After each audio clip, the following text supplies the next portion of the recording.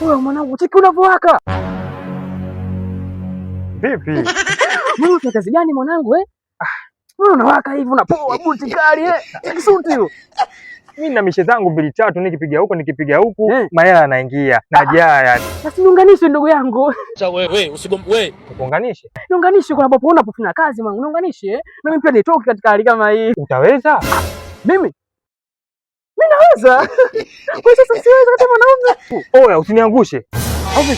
Au vipi? Usiniangushe. Usiwezi. Hata ushamba wewe, kazana basi. Kazana bwana. Unasikia?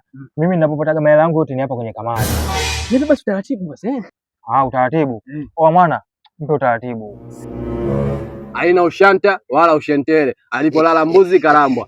Sio hii wala hii. Ni hii hapa. Ukiweka hera unapata hera. Usizubae, eka hela sasa. Anaongea huyo. Mpaka ni tajiri inawezekana.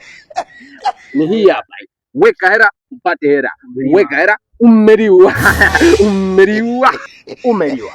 Hiyo kawaida mwanangu. Mwenyewe nilianzaga hivyo. Cha kufanya toa shati. Mimi naamini hapa.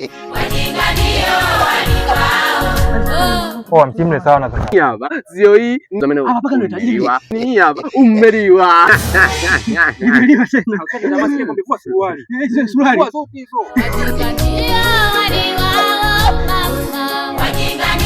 Sio hii ni hapa umeliwa. Usite tamaa mwanangu, mimi nimeanzia hapa. Sasa sikia. Una chochote nyumbani? Unacho? Kachukue chapu sasa uje. Koncho hapo. Wewe kachukue feni haraka uje. Au vipi? Changamka.